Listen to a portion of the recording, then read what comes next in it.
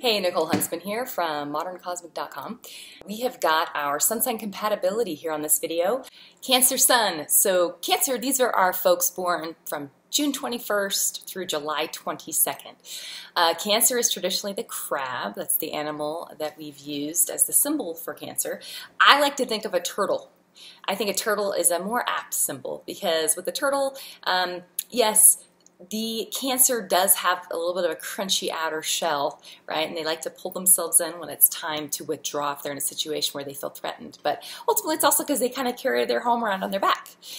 Cancer types are nostalgic. They have a hard time getting rid of things, whether it's things, objects, or old lovers or old friends. They hold on to the people or the things or the thoughts, even the values that they consider important and that they have placed high on their, ladder of personal values or people that have made an impact on their heart.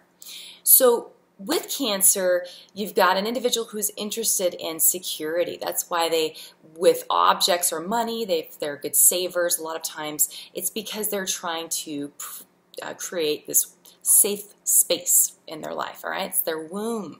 We associate Cancer with the home.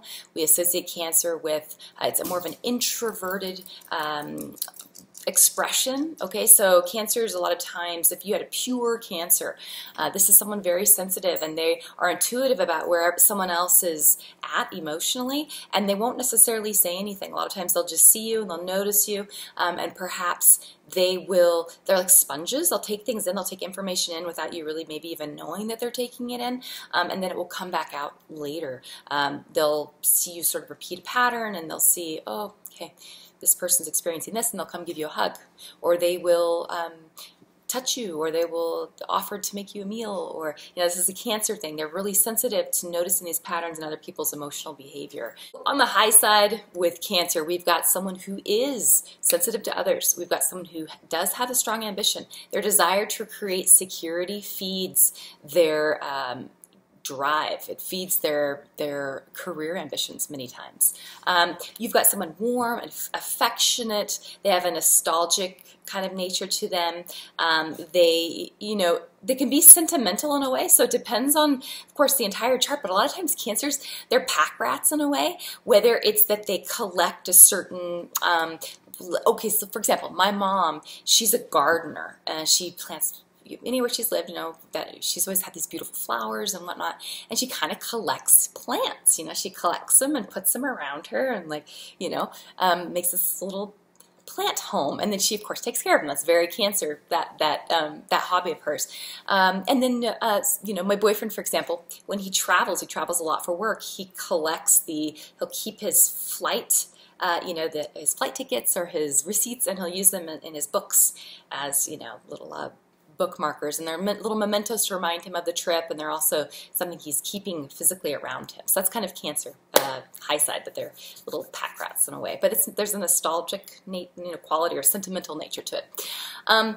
They also are really great at, as I said earlier, recognizing needs. They have this mothering instinct, this desire to make you feel better and to give you love and to take care of you. And in particular, if you're sick or if you're, just sad, emotionally having a hard time, that really pains them. They want to make you feel better.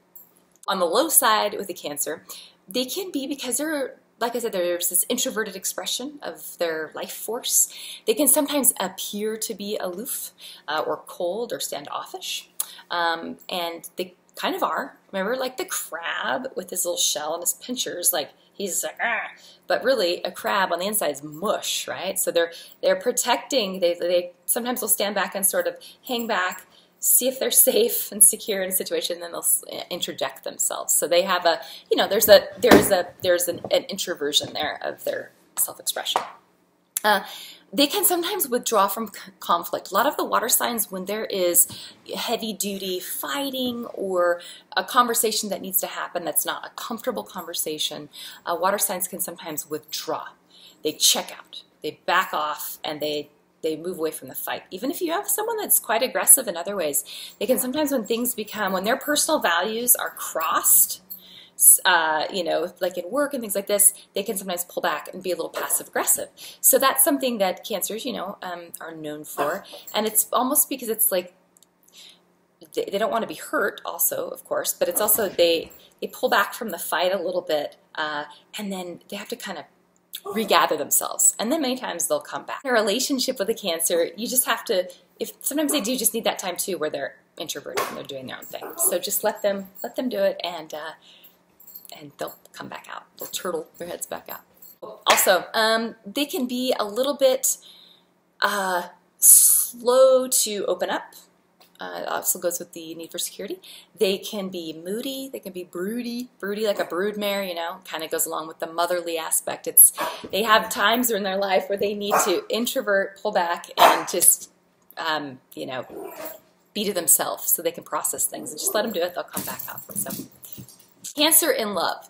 Now, Cancer is our zodiac sign that is sort of the most in flux. It's ruled by the moon, and our moon is constantly changing in our sky every couple of hours even, right? It's moving, and I mean, it's changing every second. It's moving to some degree every second. So Cancer is the same. Cancer, and because also think of the moon, how we can see one side of the moon and the other side is in total darkness. This is like the Cancer's emotional nature in a sense. There's a polarity there. There's an up and down nature to it. There are times when the Cancer just really needs to, as I said earlier, they need to be inside of themselves, okay? Now, a Cancer with a really good partner, a good partner would be someone that recognizes that and protects that in the Cancer.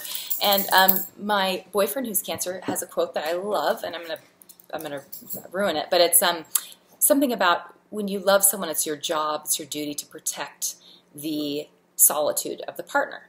And that is the perfect quote for a Cancer to hold as their ideal quote about what ideal love looks like.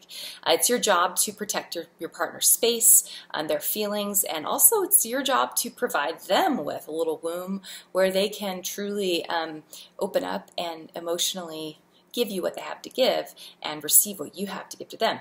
They are very deep people, and their ability to love can be overwhelming, even for, or I should say astounding is a better word. It can be astounding because it's really strong and deep, like the ocean, which is one of Cancer's rulerships.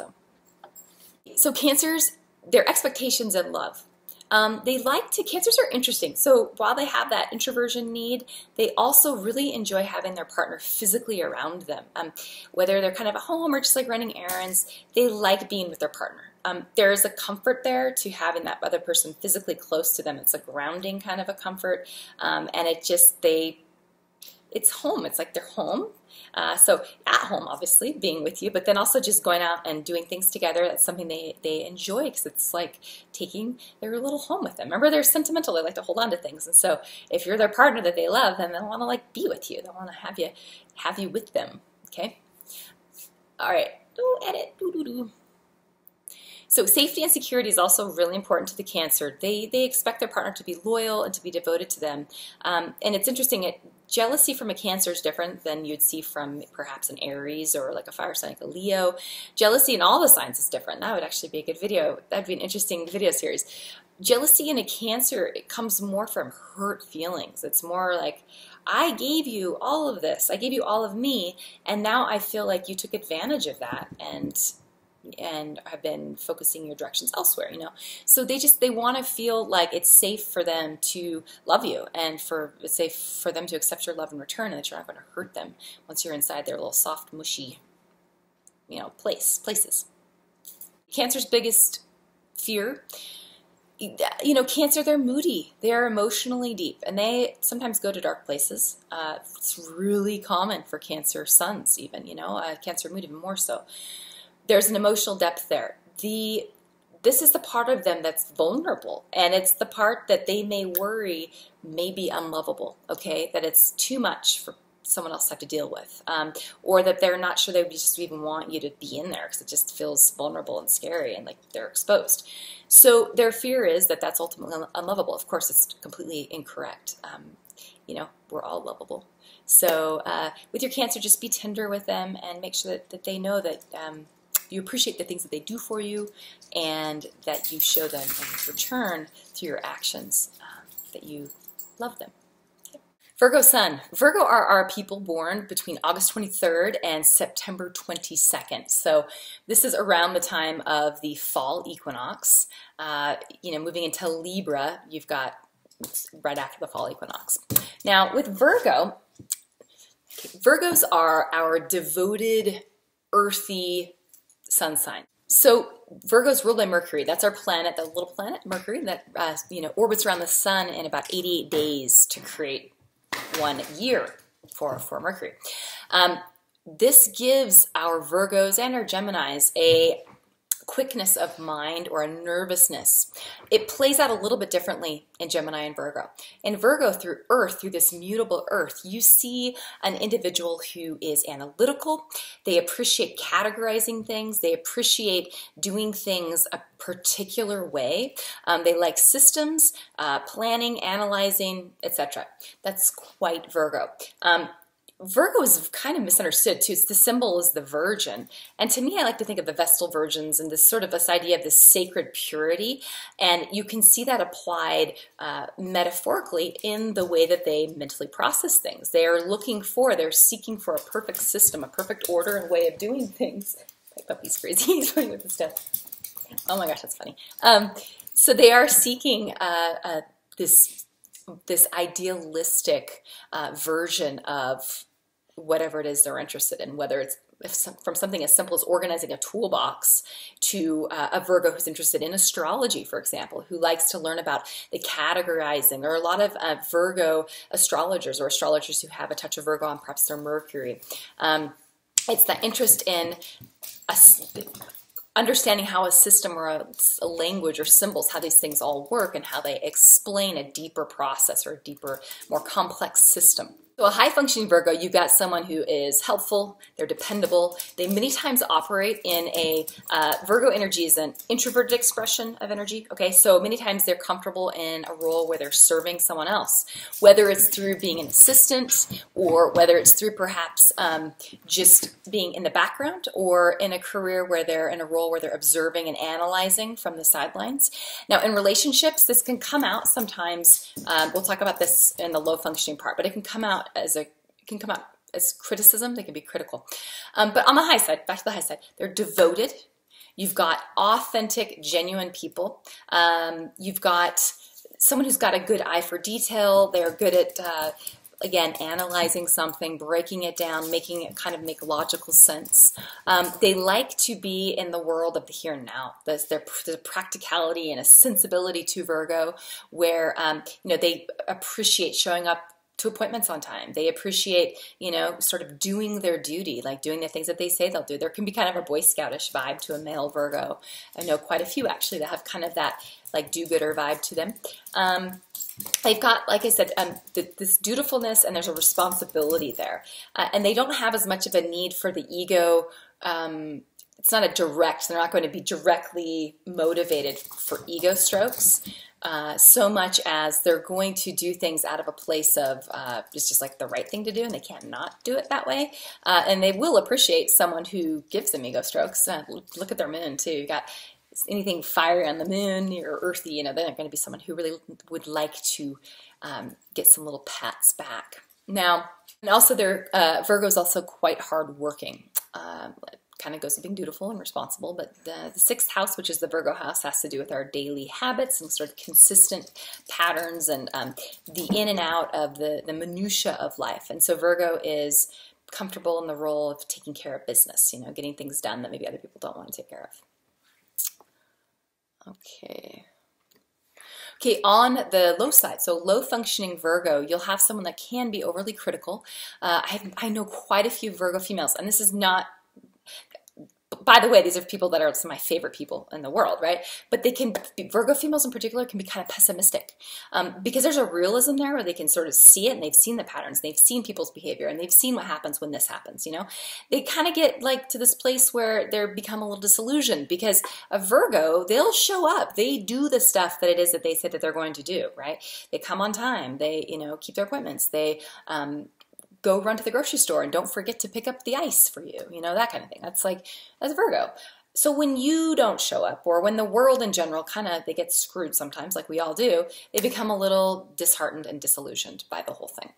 So they can be a little pessimistic and a little anxious as well.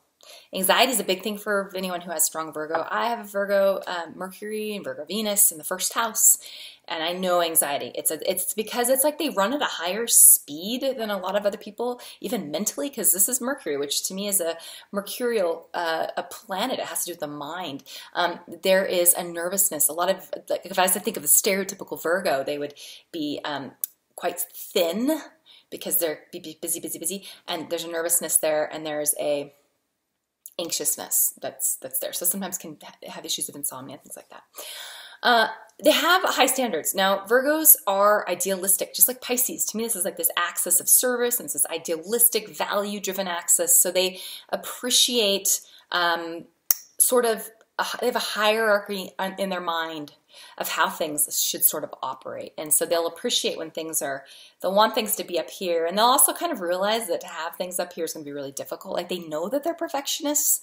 There's quite a realistic, that's almost, I think, their strength and their weakness, right? Like, they can really see themselves a lot of times. They can see all their shit.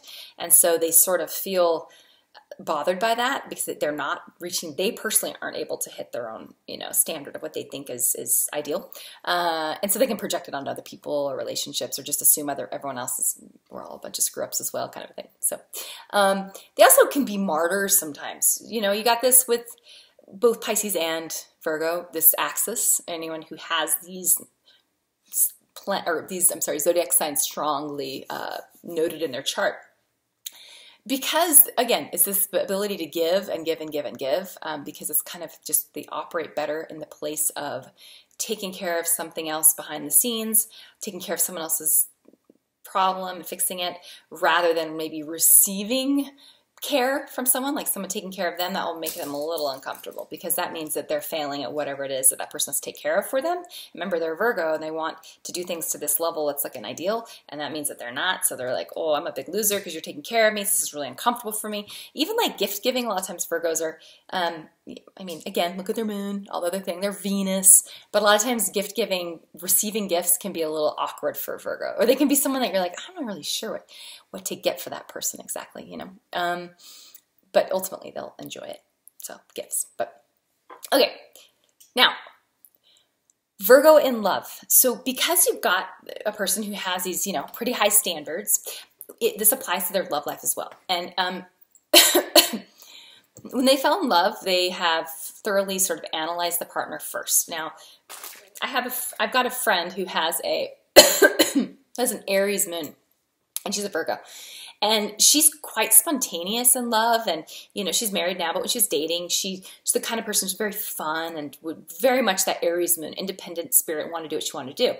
But then after she was sort of seeing someone, then her Virgo analytical nature would kind of set in, and she would sort of analyze things and look at them from both sides and be like, like this doesn't feel right, or this, so sort of after the fact, it was like this Virgo in hindsight, rearview mirror Virgo thing happening. But they have this idealistic thing that they're looking for. A hard thing for an idealist is you might have to just come to the realization that there really isn't an ideal. There is in your head, but as soon as you make something move from the mental space to the physical space in the form of another human, good luck. It's going to be a daily for Virgo. It's got to be a daily recommitment to this other human being, and that recognizing that they're not going to meet the Virgo standards, just as the Virgo doesn't meet their own standards, and that's okay. So sometimes Virgo with this, they can be the high standards. They can also, though, it's really interesting, they have high standards, but then they'll also kind of stick around. So they can be a little sort of passive aggressive or codependent even. I use those terms very cautiously. I don't mean that Virgos are codependent or that Virgos are passive aggressive. I'm saying think of what that sort of looks like when someone's codependent, when they want to support another person or take care of someone else's needs and keep another person sort of in a place of like addiction or like in a place of weakness so they feel needed. That can happen with Virgo, okay? And so you can sometimes see Virgo Pisces types get with like these narcissistic types, which would be more your Arian, Capricorn, Leo-ish type individuals, okay? So with a Virgo, you have got this devoted partner. The Virgo in love is devoted. Their devotion just you know, it's not the Piscean devotion, which would be this merging spiritual oneness thing. It is more like the Vestal Virgin, you know, worshiping the object of their love. They are sacrificing their carnal desires, you know, to perhaps be with other people, to devote themselves to the one they love. Okay, so think of it as almost a religious experience, because the Virgo sort of symbolizes, it's the virgin, it's the human here on earth looking up to the divine, and Pisces on the opposite end is just that merge of the divine and the earthly. Okay, so Virgos in love, they need that devotion in their partnership. A lot of times Virgo males will put females up on the pedestal, and you know you're going to fall off, you're going to jump off, or you're going to get pushed off when you're on a pedestal. So being on a pedestal is not comfortable. So Virgo men, don't do that. There's a certain level of devotion that should happen. And you know, when I say devotion, it's like this religious devotion. There's a certain amount that should happen in any relationship, but it should go in both directions, okay? Okay. Oh, and also, so the thing with Virgo is they are looking for the one. You know, this is again sort of this religious experience in a sense. It's this worship of the partner in a sense. So once they found that person, they're quite loyal, and they don't have a desire to stray off. They want to be, you know, with their partner. So they're loyal, devoted, and okay, edit all that. Blah blah blah. Okay. Okay, Virgo expectations in love. So here you go. Here's the problem. You got someone who has high standards in love. They have high standards for themselves, but also for their love match, their partnership, and on their partner themselves. Of course, with that, you're going to be disappointed because people are losers sometimes, right? We are all assholes at times. We all do things contrary to how we would like to do them or how we intend on doing them. We don't show up, or we just let our partner down. So Virgos get disappointed at times. So their expectations in love are kind of, in a sense, it's funny. It's like they sort of have these high standards, these ideals, but they like no, because they're so practical. They're so damn practical. They're like, you're not going to be able to meet my ideal, my standards. So it's kind of, it can almost turn into like a pessimism, like, oh well, I mean, it's not going to be what I want it to be, and so they can just not go all the way in even sometimes, you know, or hold back and still hold on to this little idea, this ideal love that exists somewhere out there in the ethers that they'll never get to, all right? Because also when they do really love you and they have that devotion to their partner, they get disappointed. They're let down many times by their partner, right? They realize, I love you fiercely, but you might not be able to do it in return, okay? And so self-sacrifice, if you can do things for them where you're sacrificing something that matters to you for the Virgo partner, that will be something that really means a lot to them. Showing up for them, showing up, being a backbone, you know, being like a strong, united force.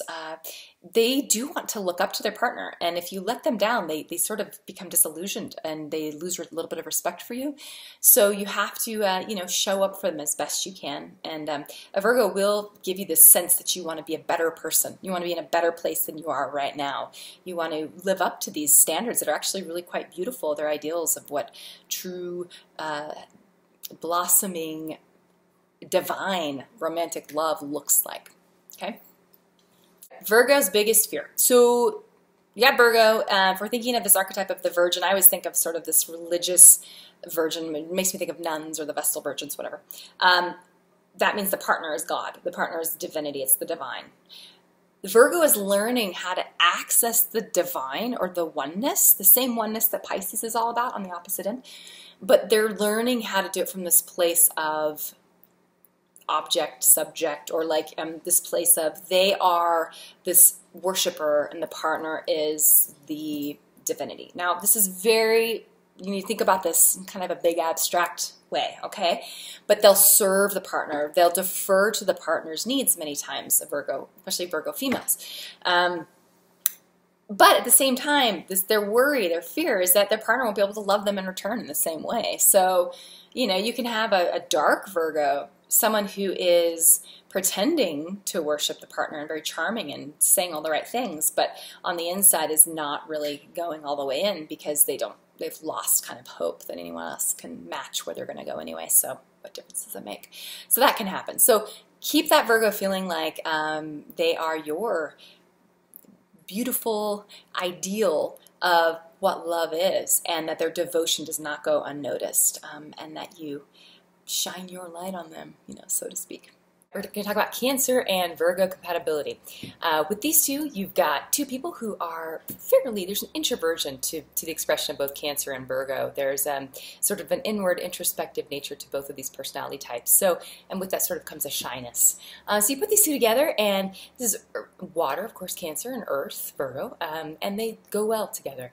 The only issue you might run into is who's going to sort of do the initial asking out on a first date. It's sort of who's going to take the initiative in this relationship. That could be a theme at the beginning and down the road as well. All right, long-term interaction between these two. You've got two people who are quite dutiful and caring, and who in relationships they like to do what they can to see their partner happy and satisfied. So that's very helpful in a relationship. These are two personality types that are very much about the other person, the other person's emotional state and state of mind, as well as their, how they're feeling in the relationship. So with that comes a lot of compassion, caring, and sharing, and taking care of one another, which is lovely. You could run into an issue with these two, sort of who's the primary caretaker in this relationship, and who's the one that's going to be tended to. So, this could go a little bit back and forth, and it would depend upon gender as well. I suspect with a Cancer female and a Virgo male, you'd have the Virgo male sort of taking care of the physical needs of the Cancer female, providing for her financially, and taking care of his duties as a man, showing up for her. With it, and the Cancer female, of course, I could see her being quite affectionate and caring and feeling safe. She might feel a little bit, you could be careful with the Virgo being particular and picky and analytical. And these two can both tend to lean slightly pessimistic at times, and so you've got to be careful that you got someone that can lighten the load a little, or lighten things up, when things get a little too serious between these two. Specific areas of conflict and harmony between these two. You've got that conflict I just mentioned, as well as, because these are more sort of introspective personality types, you could have an issue with communication. Not that they're not communicating, talking to each other, but that they're not necessarily confronting things, issues in the relationship that need to be confronted and looked at. Both of these personality types are more apt to sort of sweep them under the rug and not face them directly. If anything, the Virgo is going to perhaps be a little more prone to analyzing a situation and bringing something up for discussion, more so than the Cancer would be. As far as harmony between these two, you've got, as I said earlier, two that are relationship oriented, they're affectionate, they're caring, compassionate personality types.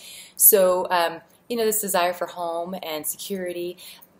Virgo wants the ideal. Virgo's searching for that sort of idealized idea of love and romance, and Cancer is looking for safety and security and home.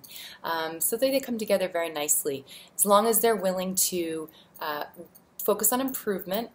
Cancer's got to be okay with Virgo wanting things to always be, Virgo always wants to sort of look at things and fix the things that aren't working properly and name the things that aren't working properly, and Cancer just has to be sure that they don't have their feelings hurt through this process. And also Virgo needs to not try to change Cancer. That's really important as well with this couple. And how others will see this couple, they'll see them as just sort of this cute little, I think of this cute little old couple that lives down the street. The movie Up? That couple, sort of. It's actually kind of more like the girl character is more like a Pisces or something, a little more, even an Aquarius, something a little more crazy. But I do like this. I think of this couple as like this little cute couple, happy couple that lives on your street in your neighborhood that you've known since you were a little kid. It's not very like sexy and romantic, but you get the picture. It's like, they're sticking it out for the long haul. So it's lovely.